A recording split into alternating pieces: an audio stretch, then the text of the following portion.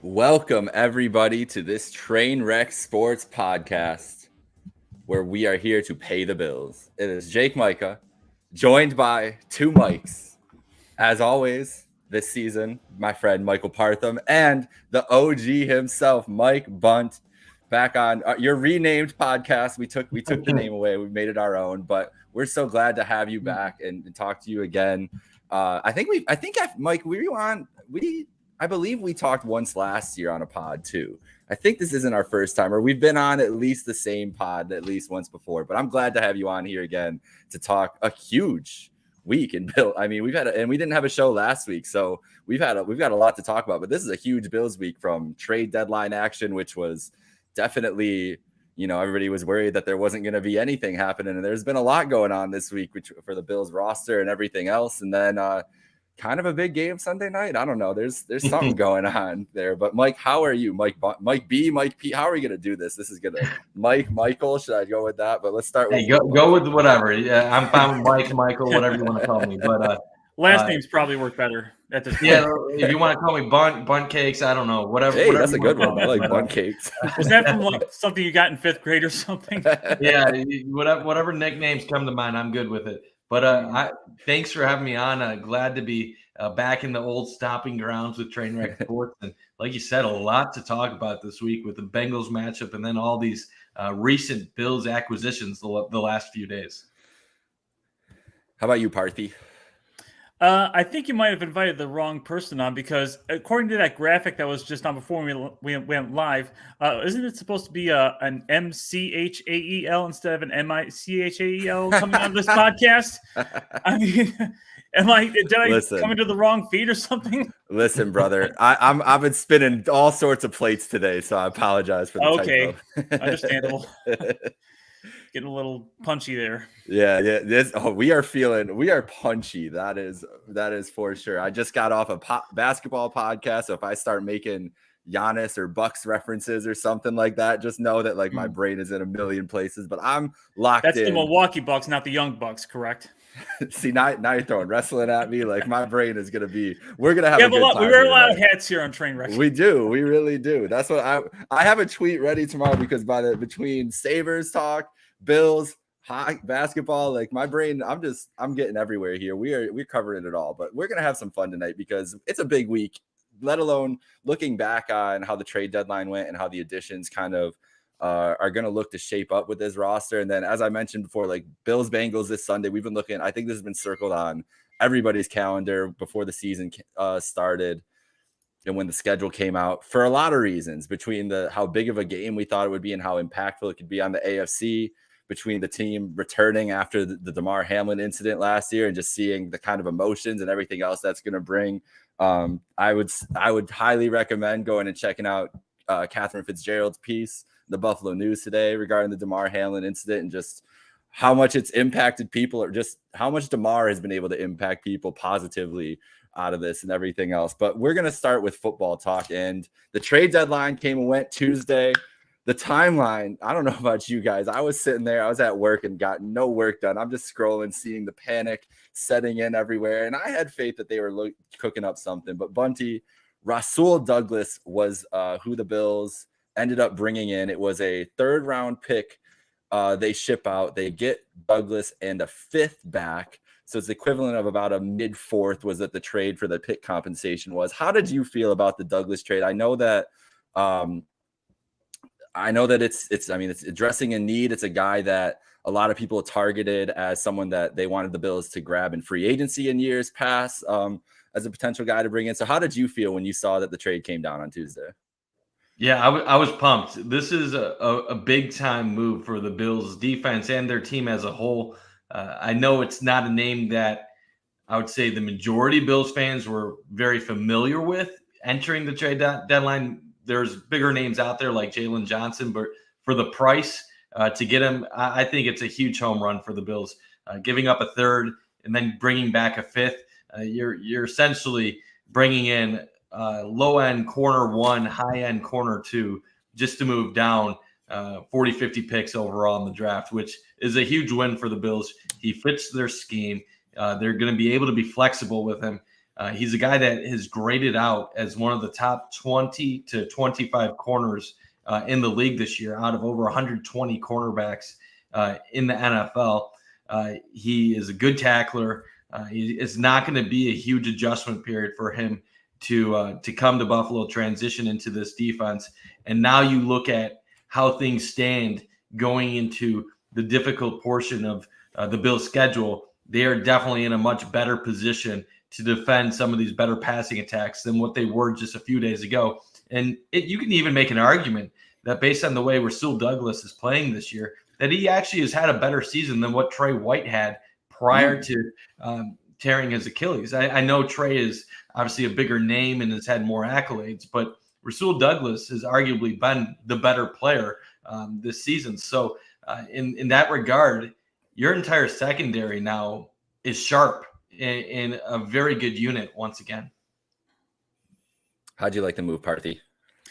Well, selfishly, I was hoping for one of the high-end receivers, DeAndre Hopkins and whoever else. I'm blanking on the guy from the Raiders now because he wasn't exactly a possibility. They were holding on Devontae Adams, right? But next to that, I would say addressing pass defense is second to addressing your pass offense. And from everything I'm hearing and everything I'm seeing, Rasul's, like Bunt was saying, he's pretty much a steal. Bean had said that he was actually looking into additional upgrades for the offense as well. He brought that up unprompted, so it's interesting to note that he didn't have to be asked about it. He was put that out there that he wanted to improve the offense as well. Obviously, he didn't find a deal that he could was willing to do. But it's also interesting to note that he was coercing Green Bay to trade Rasul for the better part of a week or so. So this wasn't a last-minute call. He was having conversations with them for a few days now. Rasul himself, he's been in a few different teams. He's been in 3 different schemes, at least, in Philly, Carolina, and latest was Green Bay, of course. What's been said about him, I heard, is he needs to usually rely on veteran safeties, but we have that in spades here in Buffalo, so no problems there. There's actually a team option for him at $8.25 million next season, which, according to Cover One's own Greg Thompson, is very doable. I saw a chart that says he is higher than average in separation prevented and as well as least percentage of targets faced. Benford and Teron rated a little bit higher than him, but it's well above what Dane Jackson's being rated. So Rasul's definitely an upgrade over Dane Jackson as well. Bunt, from your own Going Deep podcast, you mentioned a few things along with Kevin Massari and Kevin Syracuse. Rasul has had 6 interceptions in the fourth quarter and overtime since 2021, and that is the most among cornerbacks in the league. Kevin Massari mentioned that he's 10th in PFF coverage grade. Now, of course, Aaron Quinn would rightly point out that PFF grades are usually largely based on when you're targeted and don't usually take into when you're not targeted because your coverage is so good. But whatever that's worth, that sounds pretty good. Syracuse pointed out that he is the tallest cornerback in the roster right now at 6'2" and 210. Benford is a little comparable at 6'1", 205. All the others are at least below 6 foot. So pairing him with Benford against taller receivers looks like to be a good matchup. Rasul's the only one who's missed tackles less. He's only had one season, Rasul has, where his missed tackle percentage was above 9%. And usually other players compared around maybe 14 or 15%. Benford on our team hasn't missed one all season, so they could be a very good pairing when put together. Just a few anecdotes here. Pat Moran from the Talking Buffalo podcast says he has some Packer friends in Florida who are big fans of Rasul. And it's been said that multiple players on Green Bay, as far as last Sunday, were coming to Rasul for advice or guidance about things. So definitely a higher end, say, cornerback 2, as Bunt was saying, lower end quarterback 1, and definitely one of those team player culture guys that Sean McDermott is big on. Yeah, great points from you both. I think the biggest thing, and it's great that you mentioned talk from some other Packers fans, because that was my biggest takeaway right away in the immediate reaction from the trade and everything else, is how many Packers fans and Packers content creators were like, man, did not want to lose Rasul. That was like the last guy, that a lot of like heart and soul team leader type of thing, and just feels like he's going to fit perfectly into the cult. And we posted a thing on our Pay the Bills earlier from his interview or his press session earlier today or yesterday, where it's like, man, I'm ready to run through a wall for this guy. He just seems like a type of infectious, positive attitude that is going to fit perfectly in here. And like you guys said, on the field, it seems to be a great fit too. I really love the size. That's a big thing for me. I love size with your perimeter corners, and he's a guy who's had versatility too. He's played on the inside as well. So if there is, we had a scare earlier in the season, Taron Johnson runs off the field, comes back on in London. But if there is that's a great to have some more depth on both sides, whether it's in the slot or on the perimeter. It makes Dane Jackson, I feel like he's so much more valuable now as that depth corner, because he's a guy who you can step in and just have faith that he's going to be able to play admirably and be able to come in and run the system and play well now. But this seems like Rasul has the highest, maybe not a higher ceiling than Benford, but with the chances he's willing to take and the turnovers he's been able to create in his career and everything else, and just to solidify the cornerback position after so much unknown. Going back to last year, I mean, they've been dealing with injuries at cornerback for the better part of a year and a half now.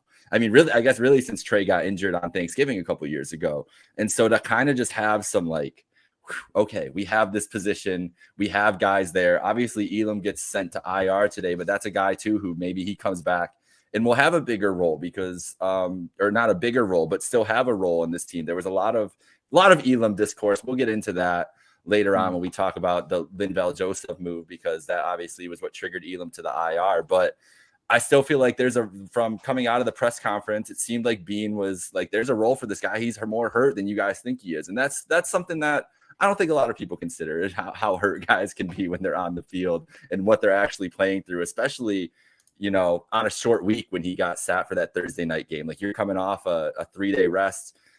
Clearly he wasn't ready to go, but I really like this move. I think it solidifies a position that clearly this team, I mean, the first draft pick by Sean McDermott was Trey White, right? Like, we've heard that a lot, but that's clearly a position that they covet and feel like is vital to the success of their defense. And now with how the defense has looked the last couple weeks and just, the long-term outlook and coming into this 6-week stretch that could be so brutal, I'm just very happy to know that they solidified a really important piece on that defensive back end. But let's go to the other side of the ball. Leonard Fournette, playoff Lenny, Lombardi Lenny, whatever you want to call him, Bunty. The rumors started, what is it, last week was when the first rumor started? Maybe it was 2 weeks ago that he was coming in and then didn't sign, but officially signs this week. He shows up to practice yesterday. He's already complaining about the cold. I don't know was it that cold today in Buffalo, guys? It was like 50 degrees, 45 degrees. 40s. It was a pretty cold day. For a guy from the South, it would be pretty cold. It takes an adjustment. Yeah, that's the thing, is when you're coming from the South, it's going to take you a minute. But he was out in his shorts and t-shirt yesterday, showing that he's a tough guy. But he looks like he's in shape. Personally, I like the move, Bunty, just because, with Harris gone, I think that it's just good to have another option back there. If you're down one James Cook injury to Latavius Murray, I don't think that that's a situation that this team really wants to be, regardless of how good they feel about Latavius Murray. But how do you feel about Fournette, and what do you expect from him? Do you expect him to have a large role on this team? Obviously, he signed to the practice squad first, but I imagine he gets elevated from there and signed sometime before the end of the year. Yeah, so I don't expect a massive role for Leonard Fournette going forward. I expect him to be the third string running back on this squad behind Cook and Murray. I can tell you that the Bills have been exploring the possibility of adding Fournette for quite a while now. This isn't something that just popped up in the last few weeks. I know it started getting reported at that point, but the Bills have been monitoring Fournette for practically the entire season, going back to the summer. So this was something that they always had as a possibility if things were to fall a certain way. And now with Harris out, it just made too much sense to add another guy that you could have as a short yardage goal line type back. That was what Harris's role was supposed to be going into the year. Murray has that since been relegated that role, not relegated, but given that role. And unfortunately really hasn't been great at finishing in the red zone the last few weeks. I know a lot of people talk about the shotgun runs, but those aren't always bad play calls just because they don't work. You do expect to finish those off still, and you have the threat of the RPO with Josh running, and Murray has been one of the lower graded running backs in the league at finishing at goal-to-go situations so far this year. So it's clear the Bills felt they needed another big body, because you're not going to be giving those carries to James Cook inside the 1 and 2 yard line. So I think Fournette adds to that. And he's also a sneaky decent receiver. He's had over 70 receptions before in a season. He was a check down man for Tom Brady a bunch last year. So what will he be? I think he's going to be on the practice squad a week or two, and then they're eventually going to ramp him up, or at least that's the plan inside the building for him at the current moment. As long as he's in shape, I'd expect Fournette to be part of the active roster in just a matter of time. Yeah, just glancing over Fournette's statistics, his last year, 2022, only 3 rushing touchdowns the whole season off of 189 carries. He did add 3 receiving touchdowns on top of that, but it was a 73 catch season for him, so he got his share of passing catches. But important to remember that pass catching running backs that were thought to have been were going to be utilized by this Bills offense in the past didn't really pan out. Guys like T.J. Yeldon and the now injured Nyheim Hines. Cook showed a few flashes in the last game against the Bucs, coming out of the backfield and catching a few balls and getting some good yardage here and there. So I would say, yeah, goal line situations might be better for Leonard Fournette, replacing Damian Harris. And like you said, Latavius Murray has been stopped 4 times, I believe, in goal-to-goal situations, which would be the most in the league. So is a replacement for that down the line if he's not your primary running back, if he's not a season-long, bell cow running back, if you just save him for the stretch run in the playoffs, then maybe he can be productive for you. So, he's on the practice squad for the time being. You can elevate him anytime you want. So we'll see how it works out. Yeah, I'm with you guys completely. I think it's a low risk, high reward move. It's a guy that it's a position of need. I'd like having depth there and just having more options. And I think that I wonder how much Bunty, you said that they were exploring Fournette for most of the season. And was that I'm sure that was the front office, but I wonder how much of this is the players that wanted to get him in there and guys that have worked out with him and saw him and just, knowing the pedigree of him and everything else. It feels like he's a guy that is going to be loved in the locker rooms he's been in. Obviously, maybe not by Shaq Lawson before, but they had a nice little reunion yesterday. That was nice to see and everything. But I think that Fournette, he's been a guy that teams have, the Bucs talked highly of him as a guy, loved being around him. He seems like a fun guy to be around and bring into the room. I don't think it hurts to do this move. And it's crazy that the Bills are in the position where they can go pick up a guy like Fournette and a guy who could probably go sign with a bunch of contenders, wants to come to Buffalo, even if he's going to be freezing for the first time in his life. So it's good to see. I'm happy that they're adding to the offense, happy that they're addressing a hole with Harris going down. It's still sad to see that he's not going to be back this year, but I'm happy that Fournette's going to be in the fold. Let's talk with I think the biggest signing, I guess, of literally the day. Big boy Linval Joseph signs today. Finally, we knew they were after a D tackle, Bunty, but Linval Joseph officially signs Kaiir Elam to the ER or IR. How do you feel about Linval Joseph bringing in? Do you expect him? Go ahead. Well, first off, let me ask Bunt, how much was Greg Tonsett shit-talking everybody in your private chats when Linval got signed? How much was he saying, yeah, I told you so, I called it? He's gotten so good at it that we're just used to him being close to being the case all the time. He really didn't talk too much about it, but there was knowledge within that. Yeah, you did it again. You got it right. Good job. We'll give you credit. But that was a quality November signing that you don't expect. Yeah. Obviously, we heard the news yesterday that Bean was exploring the defensive tackle market. A lot of people brought up names like Ndamukong Suh, Matt Ioannidis. There was a possibility of practice squad guys, but Linval Joseph makes a lot of sense. He's a natural fit in the one tech, which the Bills really needed with Daquan Jones out for the foreseeable future. And this really lets the Bills go back to doing what they do best defensively. Ed Oliver can continue to feast. attack, be aggressive, and Linval Joseph is going to just occupy space. This should help them in the run game defensively, and this should also help them generate more pressure once again.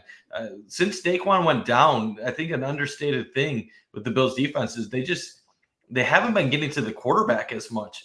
The first 3-4 games of the year, they were on a record pace for sacks for this organization, and that really has decreased in recent weeks, and also coincides with them doubling their blitz percentage. So they essentially needed to double their blitz percentage just to keep up the same amount of pressure rate that they had before when Daquan was in. So Linval Joseph isn't going to have the explosiveness of what Daquan Jones can provide. Jones is not only a master at getting double teamed, but he's also a master at penetrating and breaking through double teams. You're not going to really see that from Linval Joseph at this point.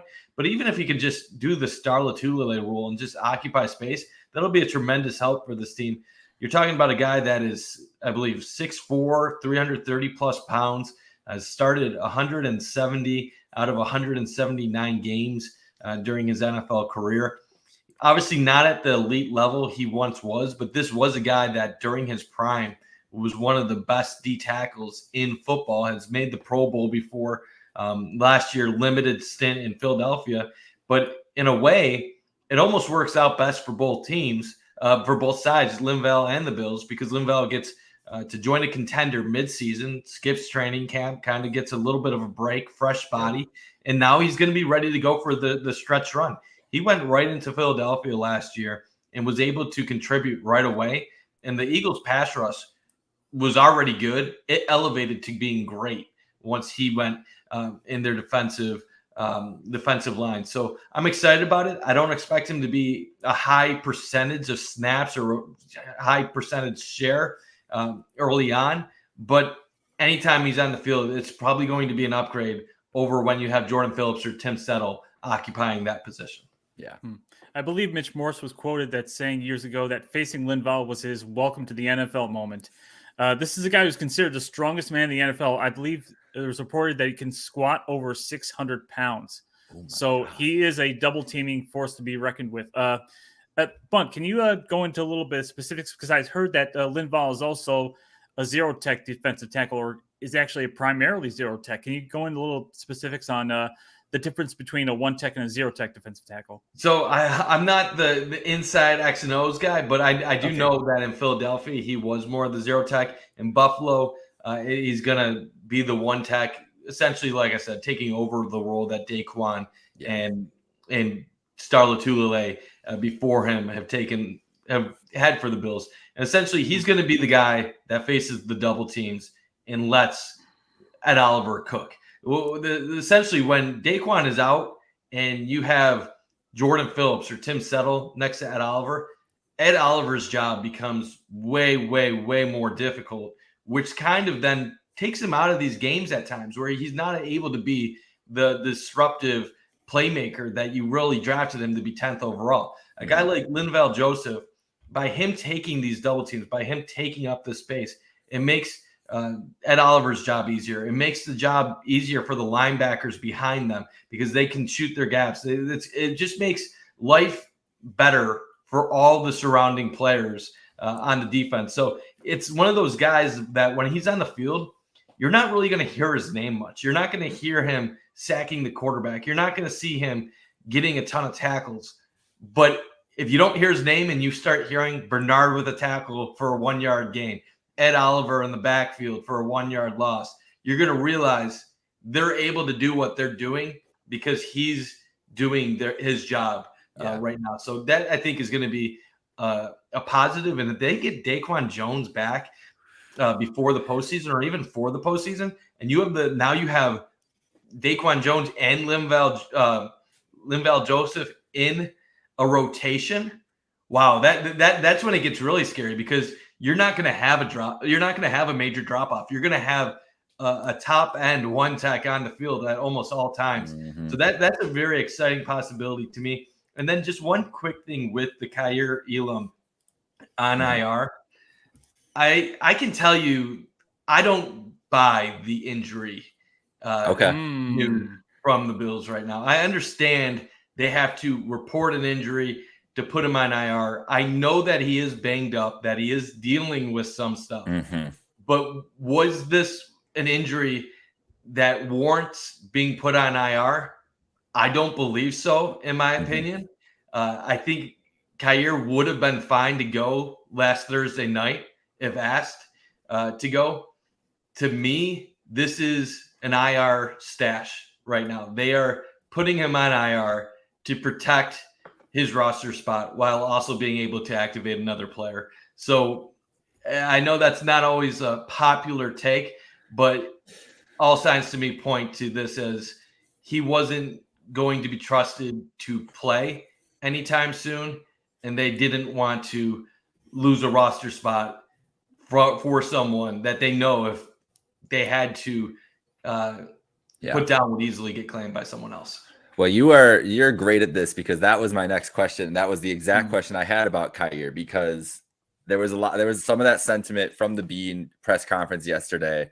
The ears kind of perking up when he mentioned that maybe guys are a little more hurt than you think and whatever else. And because the initial thing, and I don't know, I would love to hear from you, Bunty, and you, Parthy, about just what you think about this, because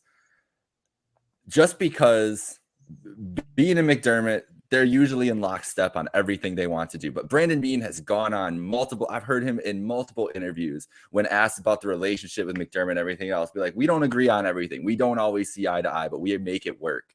And this feels like a situation, like you said, to stash him and put him away and kind of just like, we want to keep him, but let's deal with this issue 4 weeks from now, maybe, or whatever else. And the beauty of this IR rule that they have now, that they can actually do this and figure something out. But I feel like the coaching staff doesn't trust him, and the front office was not going to get rid of him for an asset less than that. What were they saying? They were getting 6-round pick offers or something like that was the talks. Like, that's not worth giving up on a guy a year and a half into his career. And I do feel like there is some kind of disconnect between what the front office believes Kyer can be and what the coaching staff sees him as he is right now. And this is a team trying to win a Super Bowl this year. And there's a thin mark. Like, if you put him out there and you don't think he's ready, you don't have that trust in him, that can be debilitating, not only to the team just on the field, but what about the guys in the room? Like that, if they see a guy who continuously struggles and continuously just gets chances because he's a first round pick, that's not how you run a good organization or run a good team in my mind. So I don't know. I don't want to speculate, and I'm not trying to say this. There are legitimate questions there. Not to cut you off. No, that's fine. The main speculation is who on the coaching staff is the one that has their doubts. Now, some people would say ultimately it's Sean McDermott's choice. He's the defensive coordinator and the head coach of the organization. I think there's other people that speculate that it could possibly be John Butler, the Bills defensive backs coach, that has his doubts about Kyer Elam. Ultimately, John Butler is the one that makes the decisions regarding the Bills backfield. And he's been with the team since 2018. So he's been around a lot of talent that the Bills have developed. Dane Jackson, Levi Wallace, Christian Benford. We've seen a lot of these low round draft picks really turn into quality starters. And for whatever reason, it really hasn't worked out with Kyer. And I think that's the big question. Does Bean look at Kyer and say, we drafted you because of your skill set. We still want to see if you have an ability to develop into a top end guy. You're only a year and a half into your career. Is it too early to give up on you? That's a tough question, because say he was on a bad organization or a bad team, he would be able to make his mistakes out on the field and learn from it, and it wouldn't be a big deal. But being on a championship contender that needs top-end corner play in order to succeed, he's not really getting the opportunity to make those mistakes. And the thought process, at least from what I've gathered, is that it's not necessarily that they think Kyer is bad. It's more so that they don't think they can trust him at this point of his career, that there's plays out there to be made that he's not making. And with a guy like Dane Jackson, and obviously now with Rasul Douglas coming in, they feel like they can move them around more, that though they can be more aggressive. And even though Dane might not have the high ceiling that a Kyer Elam might have, you know what you're going to get out of him on a week-to-week basis. And sometimes the conservative nature of coaching staffs and how they put together their roster, they would rather have someone that is a consistent deal on a week-to-week basis that isn't going to be too high or too low, rather than have that guy that maybe once in a while you'll see sprinkles of elite play, but then you might also see games where they single-handedly can cost you defensively. As far as his injury goes, he's been on the injury report somewhat quietly since October 18th. I went and checked. So it's not like this is an injury that just popped up all of a sudden. I heard somebody say that this was something that happened in training camp, but if that happened in training camp, he would have been on the injury report much sooner, as far as I would figure. Someone must have said that it was a high ankle sprain, which in that case, it would be one of those nagging injuries that doesn't go away very quickly or easily. As far as his performance, Sneaky Joe from WGR 550, and yes, let's take this with a grain of salt because some of this is PFF. I hear you out there, Aaron. Kyer is actually grading better at zone than man coverage, and his targeted percentage on coverage snaps is actually less than Benford and Jackson and Tre'Davious White. So from an analytics standpoint, he's not, completely bad. But obviously, if what you say is true, Bunt, that there are plays out there to be made that he's just not making, almost sort of sounds like a Tremaine Edmonds situation where he's out there, with a lot of good athleticism, but he's not making the splash plays that others around him are making.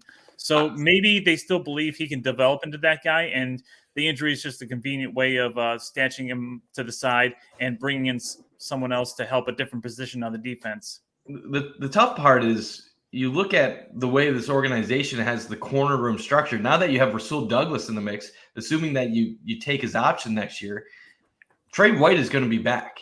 I know people keep questioning his future. Assuming he doesn't retire and he still wants to continue playing football, and he still has 2 more years left on his contract, and he should, for all intents and purposes, be back healthy for next season.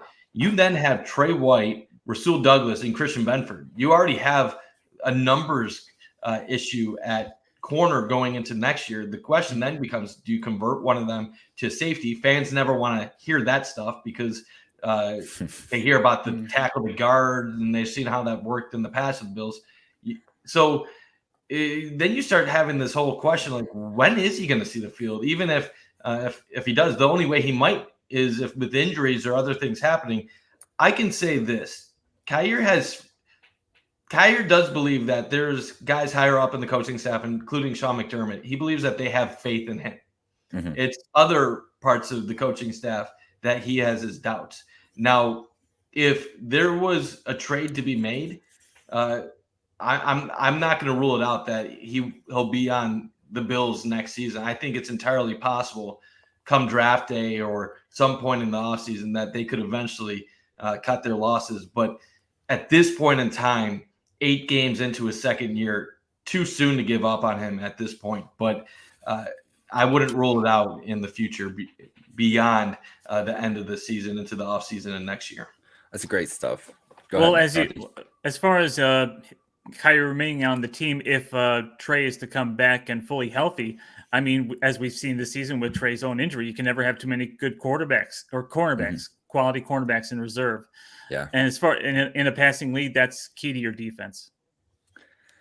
Yeah, that's great stuff there. I think that something just big picture that especially all football fans of any football team need to consider when they're talking about players being sat for everything is we do not know what's going on in those film rooms. We don't know what's going on in meetings. We don't know what's going on in the field. So we don't know where there could be a disconnect with just the scheme and everything. Who knows what it is? And maybe it's a position coach that just doesn't think he has it. And that's a thing. Like, these are things that happen more often than people want. It's not like, it doesn't need to be some big conspiracy theory against Kyer Elam, like, it's just like, sometimes it's just differing opinions within a coaching staff because even good teams are not going to agree on everything.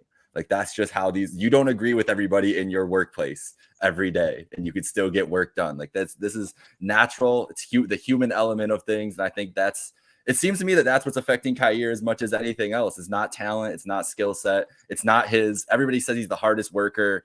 He puts his head down. He's grinding, and there seems to be some disconnect. I just wanted to bring that up with the front office and coaching staff thing, because I had talked about it a little bit the other day and got a lot of blowback to the Pay the Bills Twitter from a couple different people. And I'm like, listen, I'm not trying to like say there's some big division between the coaching staff and front office right now. Like I'm not saying there's like unhappiness or there's, anger or whatever. Like, this can just happen. Like they can disagree on a player and still move forward and try to put the best team on the field. And I feel like that's the situation going on. It's interesting you mentioned switching to safety, because, there is a former nickel cornerback who converted to safety from Green Bay on this roster already. And Rasul Douglas, maybe that's kind of an idea with him, or one of those guys in that role too. I'm interested in that to see how they use the assets next year if they do kind of keep Kaiir. But like you said, good problem to have. This team is cornerback heavy. The scheme is cornerback heavy, and to have a lot of good options going into the next year,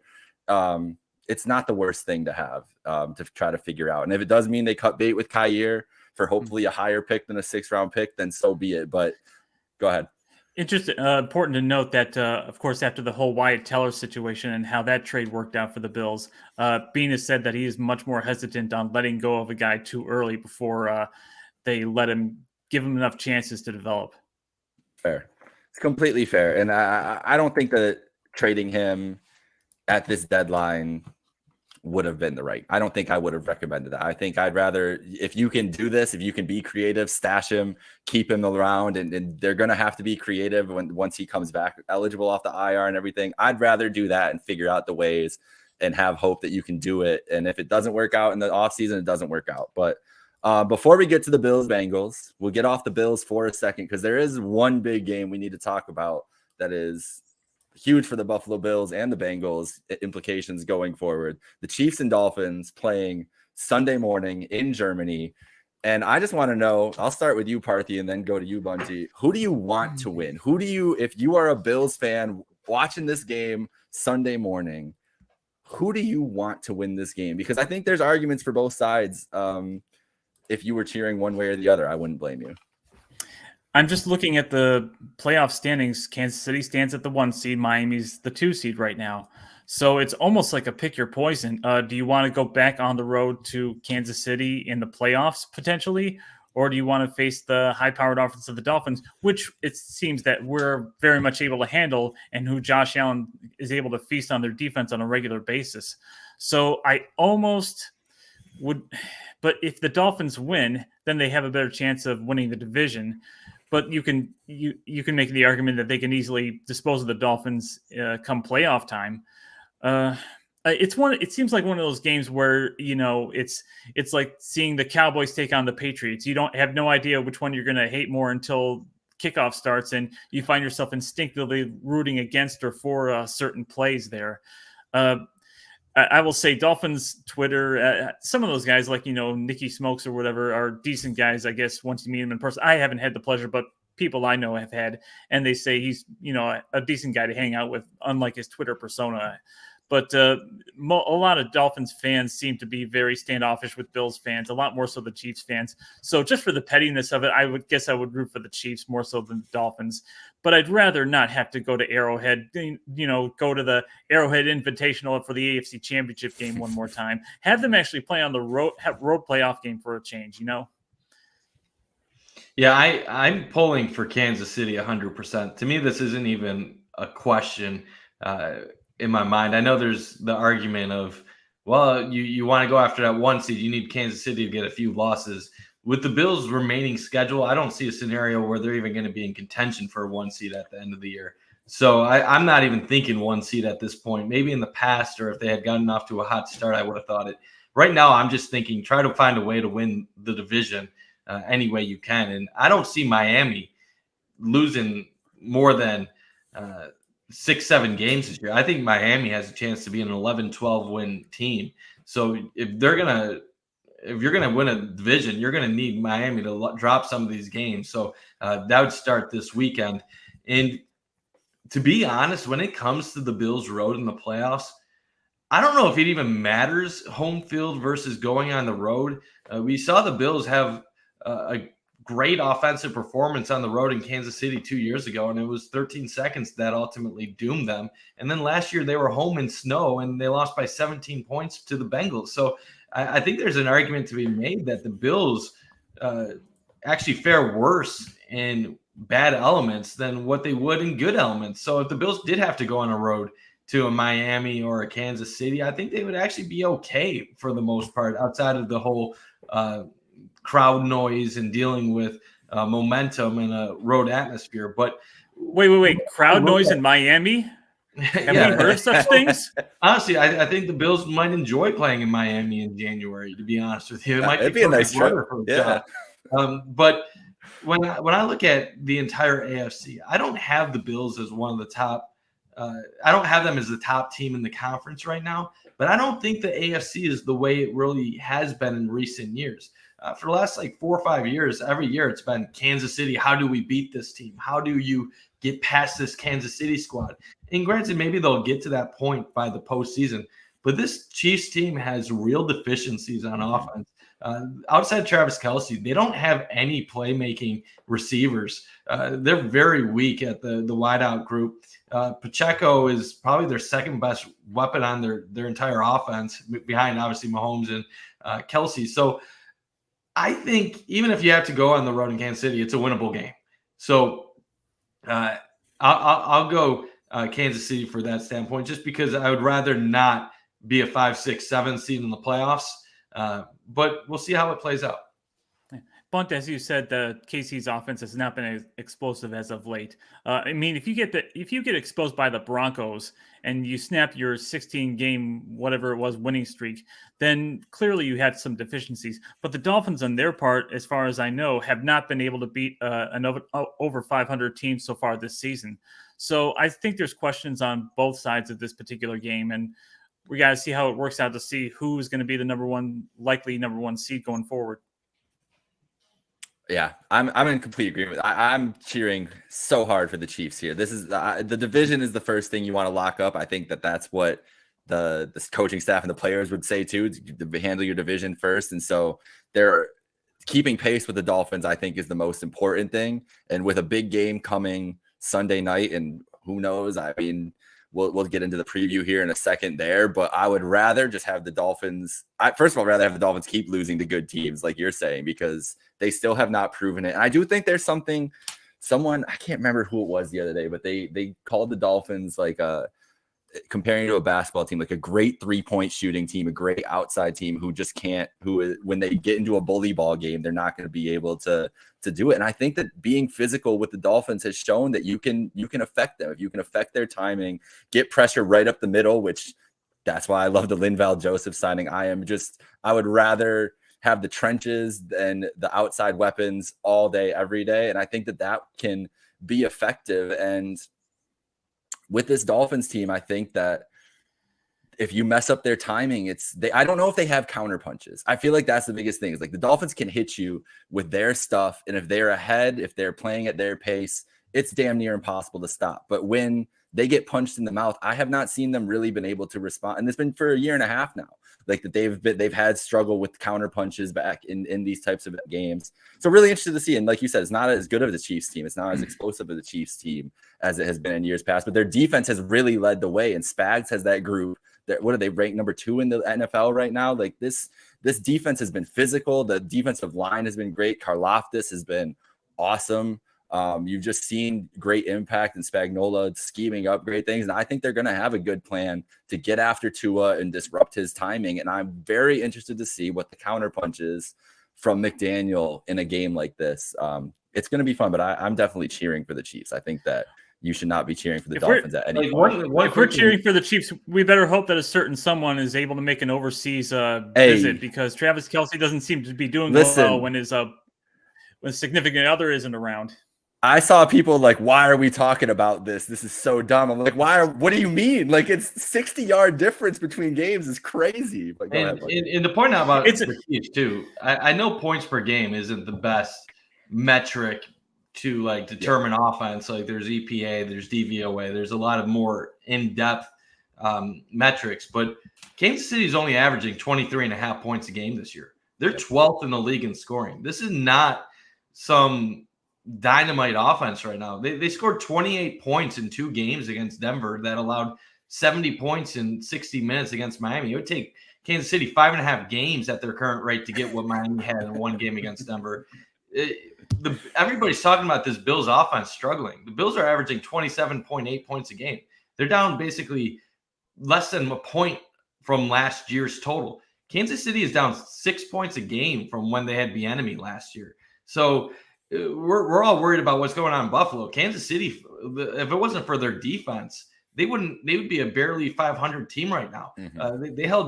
They scored 17 points in a win against Jacksonville. They barely got past the Jets. I guess the difference between KC and Buffalo right now is KC has found a way to win some of their close, difficult games, while the Bills have found a way to lose some of their close, difficult games. Yes. Do we know what the Chiefs' points per game is when Miss Swift is in town? She is basically the Sabres goat heads of the Kansas City Chiefs at this point. It's wild. I really hope she's there. We need that. We need the walk-in of Taylor Swift into Germany and see how it all plays out. But there's something to that Kelsey thing. I'm telling you. Like people can poo-poo it all you want, but when you have I think he's averaging 106 per game when Taylor's there, is like 46 yards when she's not. Like, that's nuts. And I mean, I don't believe in coincidences. So I'm gonna keep note of it for the rest of the year. We're gonna keep their Kelsey and Taylor tracker, whether the people like it or not. But as we wrap up here, let's get into the biggest game on Sunday. Bills-Bengals, Sunday night football, waiting all day. Really going to be waiting all day. I'm going to be up at 8 o'clock Central Time and got to stay up late for this game. There's going to be a lot of pots of coffee or something because it's going to be a long day. But Bills-Bengals, the Bengals are talking again, Bunty. This is ridiculous.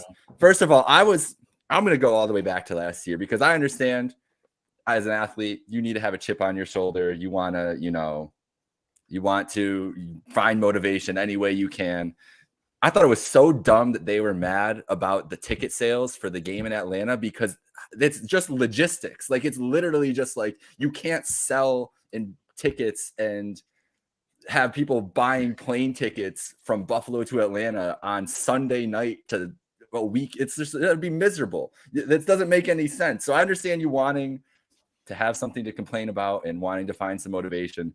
That's fine. But then they bring it back up again this year saying the Bills would have beat them. The Bills players said they would have beat them if it wasn't snowing, which if any Bills player, and I saw the Isaiah McKenzie quote that it has been referenced, and he didn't really say that. He just said that they were running basic routes in the Bills probably should have done something similar to that. But if a Bills player was saying that the snow caused them to lose, like, that would just be just wouldn't make any sense for that to be a real narrative. So this Bengals team, they're out talking again, but just on the field, Burrow's been look back to his normal self. He looks like he's finally healthy. They beat up a Niners team last week, and that looks like a big win, but the Niners have been really struggling the last couple weeks, and obviously enough where they go out and get probably a rental at Chase Young to try to help their pass rush, which has not been as good as it has been in years past. But Burrow looks like he's back on his game, Bunty. I feel like the biggest thing I'm worried about is Joe Mixon running the ball with the way the Bills defense is kind of set up. But maybe if Linval, I don't know if he's going to play or not Sunday. I don't know if Rasul, I'm sure we'll see. That'll be a big storyline going up to game time. But just what's your 1,000 feet in the air view of this game, big picture? What are you looking for to see for success from the Bills and the Bengals? Like, if the Bills are going to win, what would they need to do? If the Bengals win this game, what would they need to be successful at? Yeah, first off, I am really nervous about this game. I think the Bengals are favored, and rightfully so. Burrow's back healthy. He looks much better right now. The metrics don't like the Bengals this year, but I think when you're talking about a quarterback that was injured, that wasn't able to be himself, I don't think the metrics are really a true representation of what Cincinnati actually is. They're much closer to being the good version of the Bengals than what they were at the beginning of the year, especially when you have a calf injury like Burrow had. His entire game is based off of timing, accuracy, and even some mobility in the pocket to get around. You take away that mobility, you take away the timing and some of the other things with his injury. He was a shell of himself. Now he is starting to get that stuff back. It is interesting watching the Bengals this year. They're 4-3. They haven't even won. I don't believe they've won an AFC game yet. All of their wins have come against the NFC West. So, yeah, Pretty so odd this is a game. statistic. This is a game Cincinnati needs not only to get to 5-3, but to help themselves in any potential tie-breaking scenarios down the road. If they fall to 0-4 in the AFC, that's a brutal start to conference play. And when you look at this Bengals team, we always talk about the big three: Jamar Chase, Tyler Boyd, and T. Higgins. And let's be real. Outside of Jamar Chase, Higgins and Boyd have been awful this year. Mm-hmm. Like neither of them have performed at a decent level. And it's funny, we have this conversation. Oh, Gabe Davis isn't a good enough wide receiver 2 in Buffalo. Gabe Davis is smoking both of them so far this season in receiving yards and touchdowns. They would love to have Gabe Davis production in Cincinnati from their number 2 and number 3 receiver at the current moment. So when I look at this game, what I find interesting is on how does the Bills defense fare against their offense? Because if the Bengals offense is back, that looks like a tough matchup for the Bills. Mixon was able to run all over the Bills last year without Daquan Jones in the game. And the Bengals' big 3 receivers were too much for the Bills' secondary to contain. Will we see Linval Joseph right away? Or is there going to be an acclimation period? Will we see Rasul Douglas in the secondary right away? That's a question. Will there be chemistry issues? Will there be breakdowns at any point in time? I think it's going to be tough for the Bills to hold the Bengals under 30 points on Sunday. Not saying they can't, but I think it's going to be tough. So then I look at it at the other side. Will the Bills be able to score on Cincinnati? The Bengals defense has not been great by any metrics this year. They've been pretty average for the most part. They've been getting run over. They've allowed nearly 1,000 rushing yards this year. Teams have had a lot of success on the ground against them, which points to maybe giving Cook more opportunities in the run game this week. Where the Bengals have been saving themselves is they have been great at takeaways. I believe they already have close to 10 interceptions on the year. They have been just saving themselves that way. There was a game against Seattle where they had 3 red zone stops back to back in the fourth quarter, kept them from scoring any points to hold on to a win.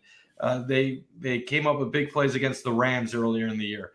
So if not for some of those games, you might be looking at a 2-win, 3-win Bengal team below 500. But I think for the Bills to have success, they're going to need to find a way to hopefully keep the Bengals in front of them, limit their explosive plays, and then be able to run the ball effectively and remain balanced. Because if the Bills aren't able to have some of that balance offensively, I fear that with a defensive coordinator like Lou Anarumo, I always mess up his name, the Bengals defensive coordinator, if he can make you one-dimensional, he can attack you and present trouble for you, as we saw last year in the playoffs. So I think the Bills need to have some balance. And I'm not saying 50-50.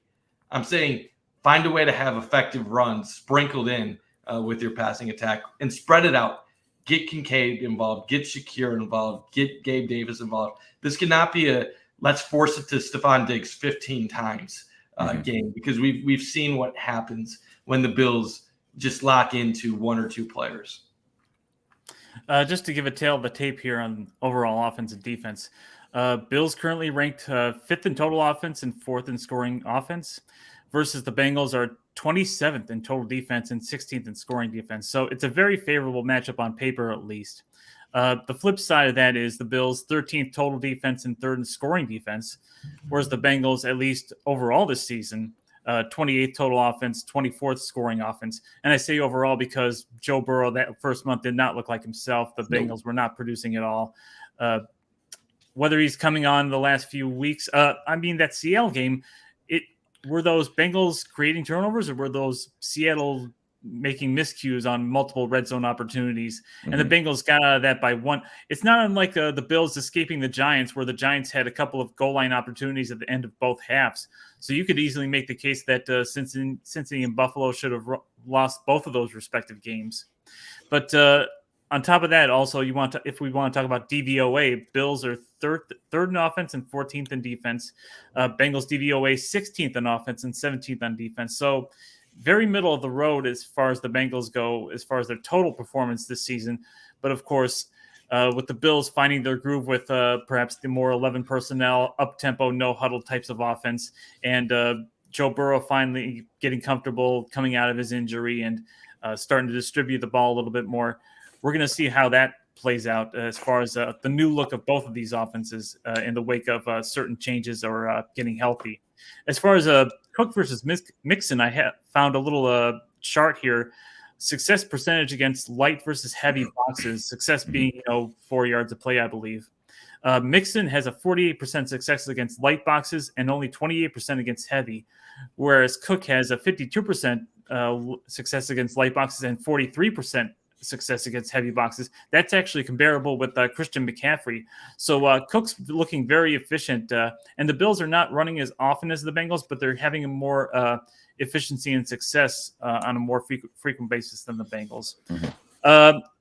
I believe, Mashke, you were asking about explosive plays. Should we expect fireworks with both of these defenses the way they're playing?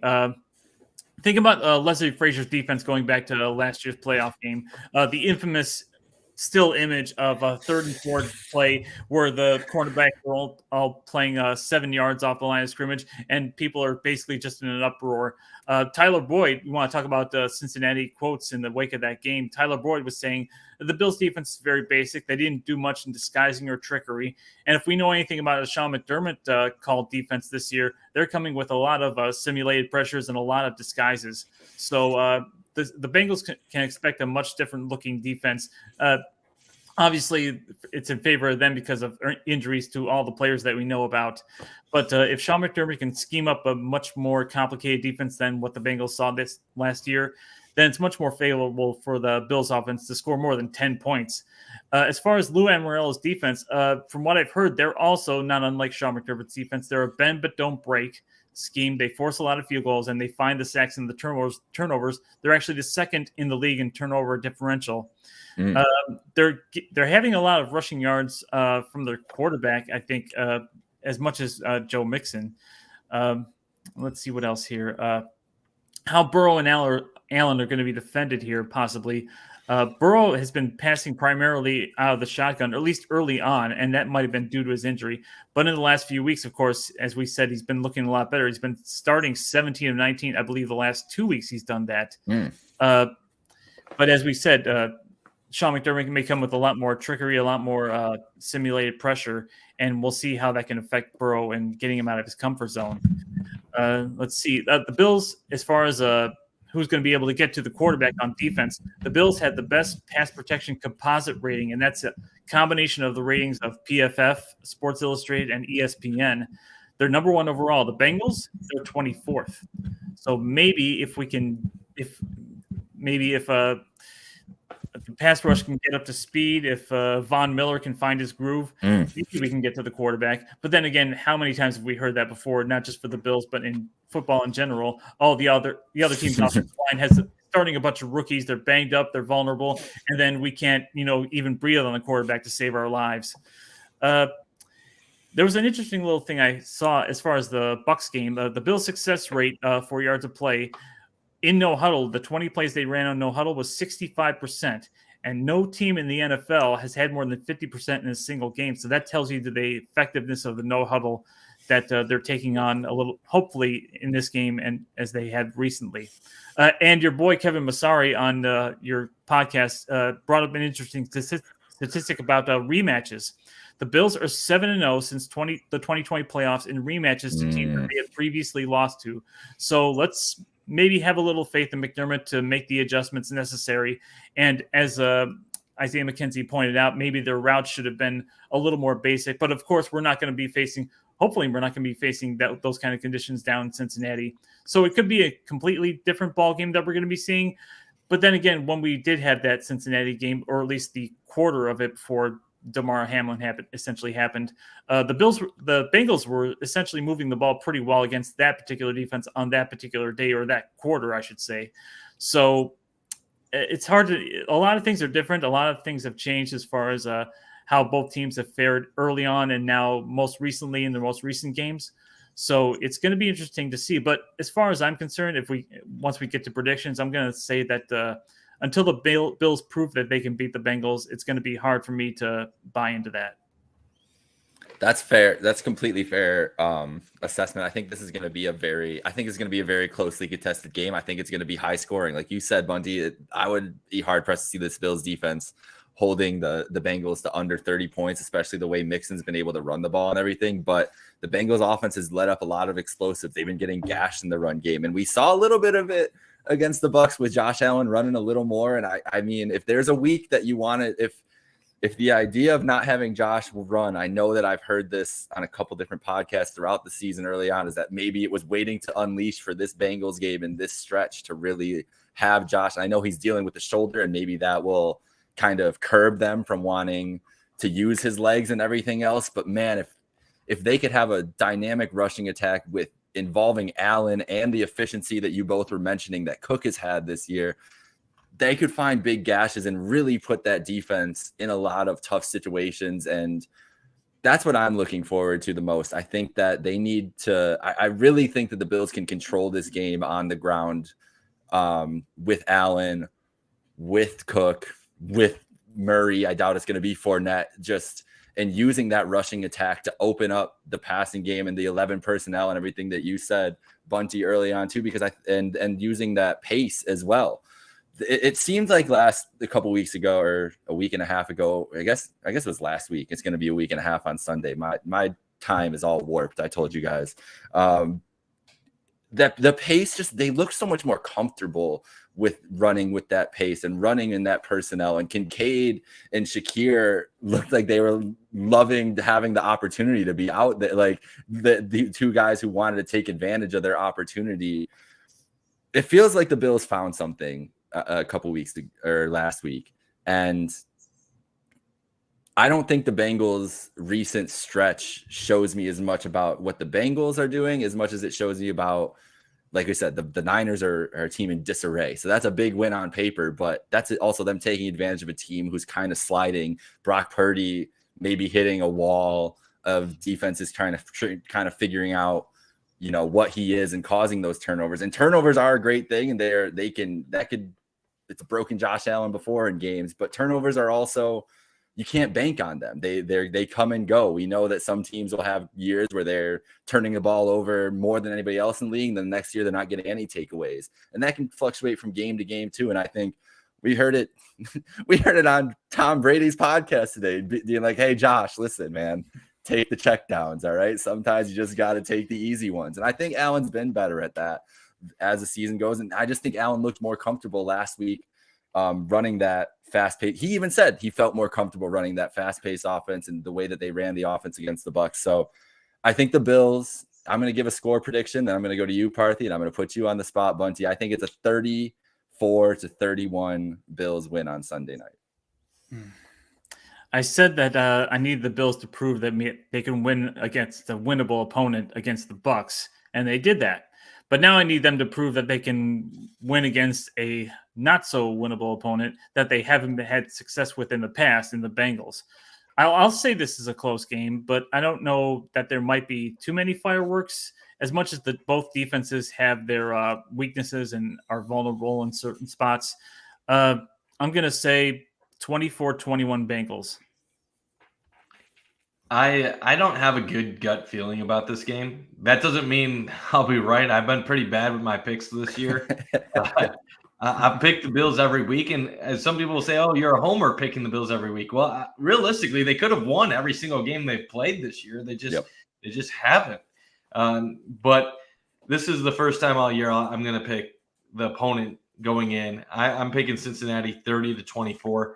The Bills' defense the first 4 weeks was the second best metric defense in DVOA. The last 4 weeks, they've been 28th. Simultaneously, at the same point, the Bengals' defense went from being one of the worst in the league the first 4 weeks to one of the best the last 4 weeks. So it's more than just Joe Burrow returning to form. The Bengals' defense has refound itself. They're getting a lot of takeaways, which is luck, but They did have the Bills number twice last year. I believe that Monday night game didn't have the DeMar Hamlin incident. I believe the Bengals were on pace to score 40 plus in that game. I think that would have been a wake up call that maybe would have forced more changes in a playoff rematch than what we saw. One thing I will say is you're talking about earlier in the show how maybe the Bills defense will be more complicated against Cincinnati, and that may cause more issues for Cincinnati's offense. I don't know if complicated is the right word. Maybe aggressive would be the proper with that, because the one sentiment that I got from a lot of people that were close to the organization last year wasn't that it was more so that the Bills had an overly complicated game plan last year, that the players had simple game plans all year. And then in the playoffs, they tried to throw everything out there. And the players were wondering, why did we go to all this stuff? What we were doing all year was working. And then we try to make it all this weird stuff. Even the play where they're off the line of scrimmage, there's a lot of analytics people. There's a lot of numbers that show off the line of scrimmage, you actually force the receivers to actually go short of the yard to gain. Mm-hmm. And then you just have to get a tackle. More often than that, I don't remember how it all played out. I'm assuming they got a first down. But more often than not, you're actually setting them to throw short of the chains. Yeah. You just got to make a play on the ball, which obviously last year the Bills didn't. I think it was a quick throw to Jamar Chase for 6 yards. So they did throw short of the chains. Yeah. The Bills just didn't make the play. Yeah. But asking the guys to make a play in the snow against Jamar Chase is a tough ask too, but I hear you for sure. It's one of those tough things about this game. We'll never really know last year how it would have played out. The weather obviously had a factor. Lou Anarumo had the Bills number defensively. I think the Bills offense will be more effective this week. I think they're going to move the ball. At the end of the day, I just don't know if they're going to have the answers for the Bengals offense. And that's why I'm going to pick the Bengals in a close one. But to add to your point on that stat that Kevin shared, so 7-0 since the playoffs and rematches either within the season or the year after the loss. If you extend it back to the beginning of 2020, it's 7-2. And if you extend it to the year before 2019, it's 10-2. So the Bills have a great record in these rematches that are within a year played. And then a stat I came up with that I discovered was since 2020, the Bills are 12-3 against teams that they lost to the prior season. So this isn't just counting rematches. Say you lost to the Jets in 2020 or whatever random team you lost to in 2020, and then you played them twice the next year. I'm counting both of those games. But either number shows the Bills have about an 80+% success rate when they play teams the year after a loss. So this is a coaching staff that knows how to adjust. They know how to find your weaknesses, and they don't get exposed multiple times. There's only been 3 teams that really have had the Bills number in back-to-back games over the last 3 years. It's Kansas City in 2020 when they won early in the season in Buffalo and then won the AFC Championship. It's Tennessee in 2020 and then 2021. And then it's Jacksonville in 2021 and then this year. Outside of those 3 teams, no other team has beat the Bills 2 consecutive times. Do we count the Jets in the Meadowlands? What was that? Do we count the Jets in the Meadowlands? The Bills did beat them in Buffalo in between. So in the Meadowlands. So in the Meadowlands, you could technically say that. But I would say the Jets are one of those teams that, like, you look at them, they are a difficult matchup. Definitely. And it's because they can stop the Bills' 11 personnel. And what gives me a little bit of a worry about the Bills is the Bengals defense had an answer for the Bills' 11 personnel last year. Mm-hmm. And that's the biggest thing I will say. I know you guys have to wrap up soon. The Bills brought in Dalton Kincaid and brought in 12 personnel this year, not because they thought it was going to revolutionize their offense during the regular season, but because they knew that come postseason time, come playoff time, they needed to have multiple ways, a variety of ways to attack opponents. So when fans are getting frustrated, why are they scoring 24 points in a game? Why are they scoring 25 points a game? That's not what fans should be concerned about. It's not about right now. Fans need to realize good teams in the regular season work on their weaknesses so that they're ready to use those in the postseason when they need them. So I know a lot of people were excited about Thursday night and the 11 personnel, and I was excited too. They were moving the ball. They were spreading it out. The Bills are still going to need to use 12 personnel at some point again during the season, because that might be what they need on a snow game in January to get by some of these other teams. So I do hope, even if they do go heavy 11 going forward, that they still continue to sprinkle in 12 personnel once they get back to having a healthy Dawson Knox down the line. Yeah, before Knox got injured, I believe they were actually better at EPA per pass play in 12 personnel and better at running out of the 11. So a little bit of a contradiction. Yeah, absolutely. And but you know what? You're okay with that because you know what?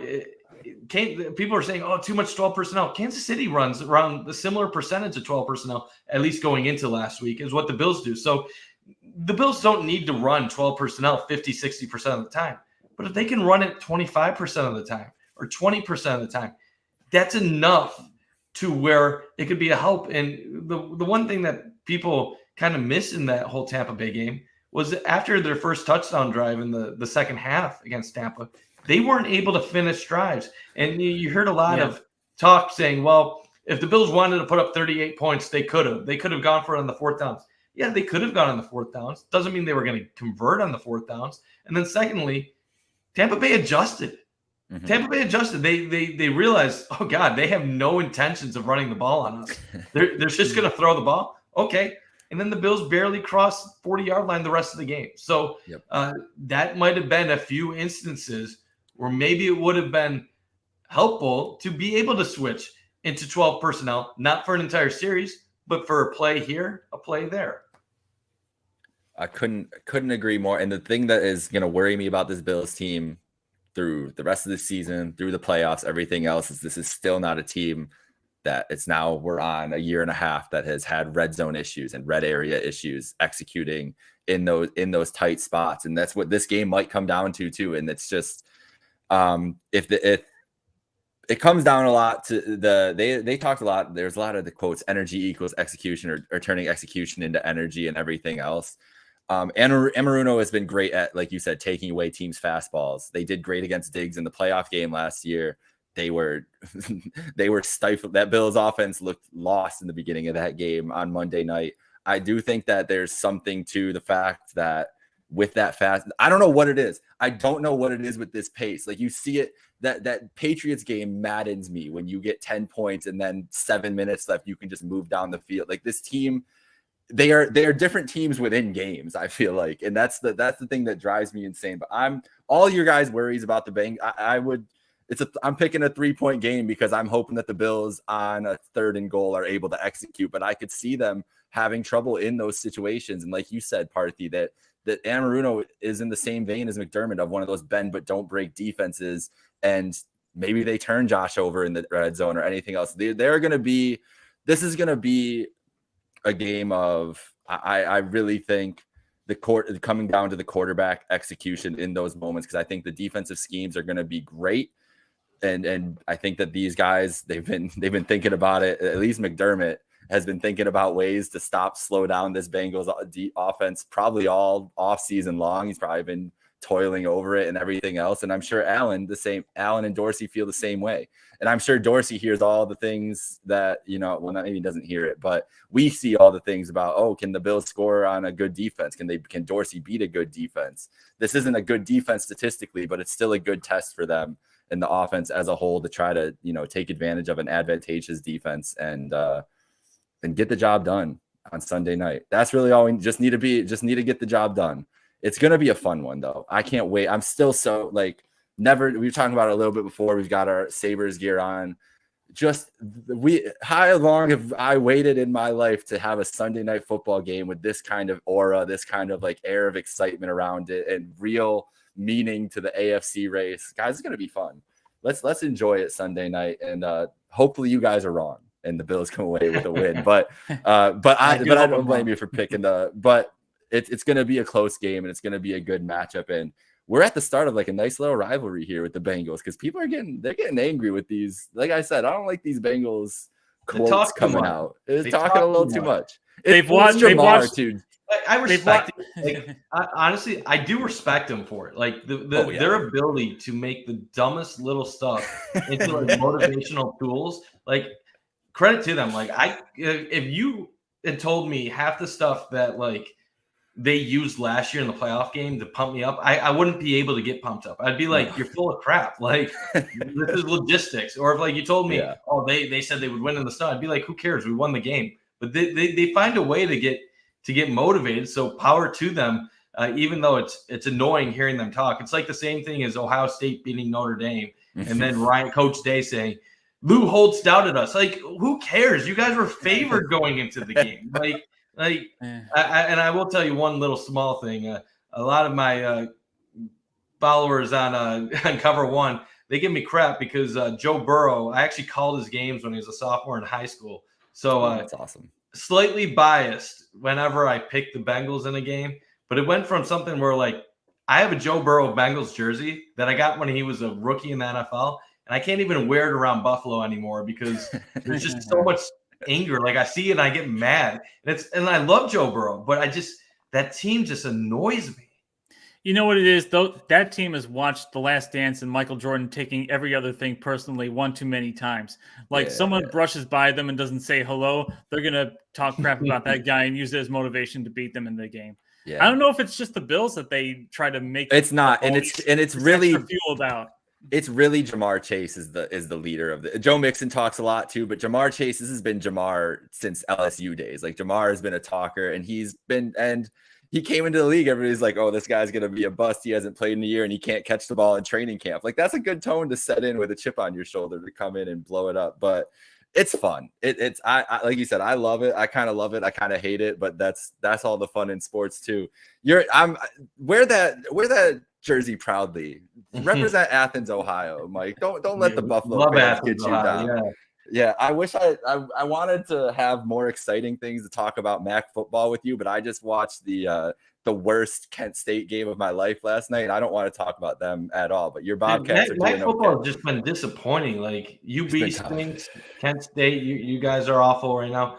My Bobcats got off to a 6-1 start, and then we lose 6-2 start, and we lose to Miami, Ohio on a Saturday afternoon with MAC East on the line. It's ridiculous. It's depressing right now. It's sad. I'm ready for basketball season for the MAC. I was hoping when I had you on, we'd have a great MAC football conversation. You saw the projections yesterday. You guys two, us three. Hey, those Kent, Ohio games are electric basketball.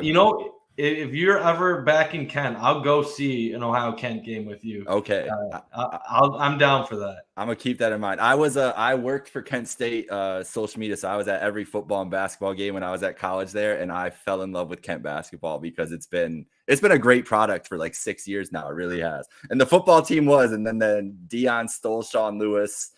And then the whole team left, and we're dealing with I am a little worried about the English program at Kent State, though, with you guys not being able to read or write. But maybe you guys will figure that out some point in the future. Yeah, I don't know. I don't know about that. But hey, I've got that degree still. That's all. They can't take that away from me. I read enough. All right. Hey, we paid the bills. This has been great. Yeah, let's do it. Sunday Night Football. Waiting all week for Sunday night. For Mike Partham, for Mike Bunt, Jake Micah. Have a great night, folks. Go enjoy Thursday Night Football. Good night now.